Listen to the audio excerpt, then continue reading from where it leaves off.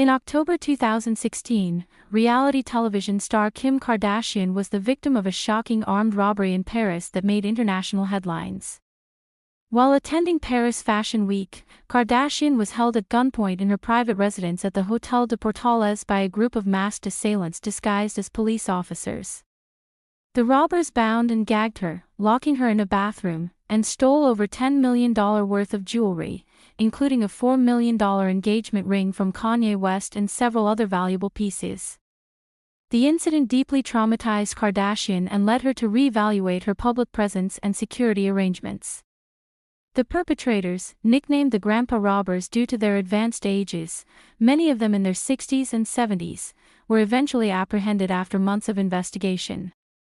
Among the suspects was one female, Christiane Cathy Glotin, who is now at the center of renewed media and legal scrutiny as the case continues to play out in French courts.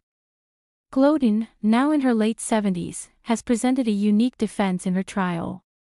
Her lawyers argue that she should be acquitted based on her alleged personal code, claiming she has principles that prevent her from ever taking part in a violent act against a woman. They suggest that this moral stance implies she could not have been involved in the planning or execution of the heist. However, prosecutors have countered that DNA evidence and phone records place her in direct connection with other key suspects, challenging the notion that her values exonerate her from involvement. The case took an emotional turn recently when members of Kardashian's family, including legal representatives and close aides, spoke before the court to express the lasting trauma the incident caused. Kardashian herself is expected to testify remotely, recounting the fear and anxiety she has lived with since the robbery. Her testimony is expected to weigh heavily on public and judicial opinion, especially regarding the psychological toll of the attack.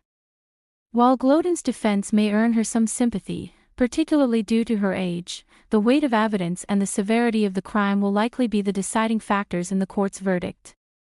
The case raises important questions about accountability, justice, and whether personal morality can stand as a legitimate defense against grave criminal charges. As the trial nears its conclusion, the world watches closely. Whether Glotin will be held accountable or walk free remains to be seen, but the ruling could have lasting implications for how moral defenses are treated in cases of serious crime.